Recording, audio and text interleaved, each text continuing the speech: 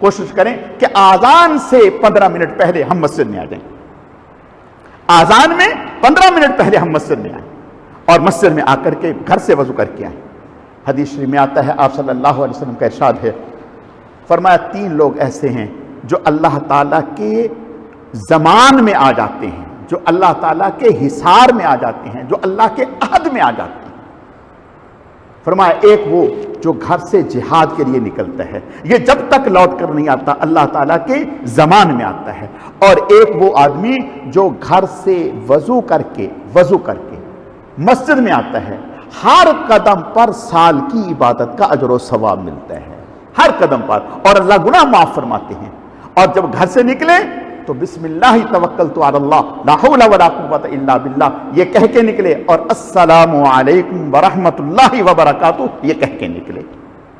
جب تک یہ گھر واپس نہیں جاتا یہ اللہ تعالیٰ کے حفظ و امان میں ہے اور یہ اجر و ثواب ہے.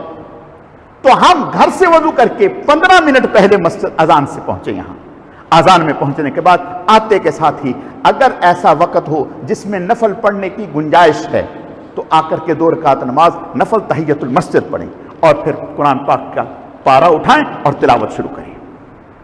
اپنا ایک پارہ پورا کریں اور پھر سنتیں پڑھ لیں، تسبیحات کر لیں. تو ہر نماز کے ساتھ انشاءاللہ تعالیٰ 5 پارے کو مشکل نہیں. آپ یقین جانیں ہماری مسجد میں اللہ تعالیٰ کے فضل و کرم کے ساتھ اس کی رحمت ہے، لوگ یومیہ قرآن پڑھ لیتے ہیں، 15 پارے پڑھ لیتے ہیں، 20 پارے پڑھ لیتے ہیں، 10 پارے پڑھ لیتے ہیں. مقابلہ ہے ایک دوسرے سے. دیکھیے ہمارا نفس جو ہے یہ ہمارا گھوڑا ہے. ہم اپنے گھوڑے کو اگر بے لگام چھوڑ دیں گے وہ کسی وادی میں ہمیں پھینک سکتا ہے، اور اگر ہم لگام دے کر کے اس کو کس کے رکھیں گے اس کے اوپر حاوی ہو جائیں گے، جو چاہیں آپ اس سے کام لے لیں. نفس ہمیں کہے گا آپ بڑے تھکے ہوئے ہیں، آپ ان سے کہیں تھکاوٹ بھول جائے گی، ختم ہو جائے گی، لیکن نیکی باقی رہے گی.